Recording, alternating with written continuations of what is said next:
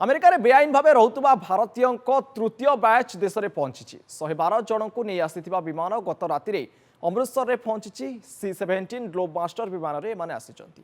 मिसाई 10 दिन में 3टी विमान भारतीय को जबरदस्त पठिया दि जाइए।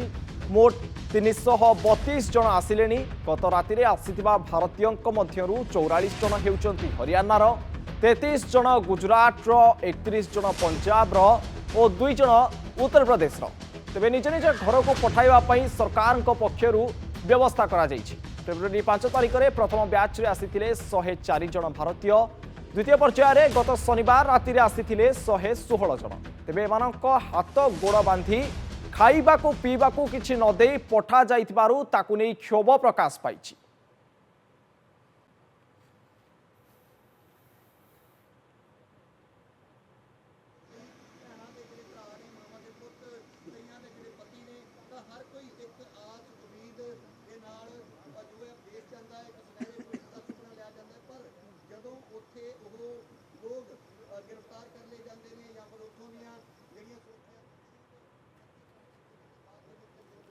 अमेरिकार बेआईन भाव रोकुवा भारतीय तृतीय बैच देश में पहुंची 112 जन को नहीं आसी विमान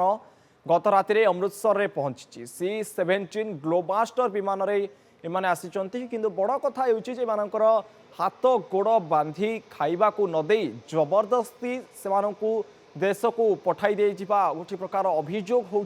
10 दिन में 3टी विमान से भारतीय को जबरदस्त निज देश को पठा जाउछि। मोट 332 जन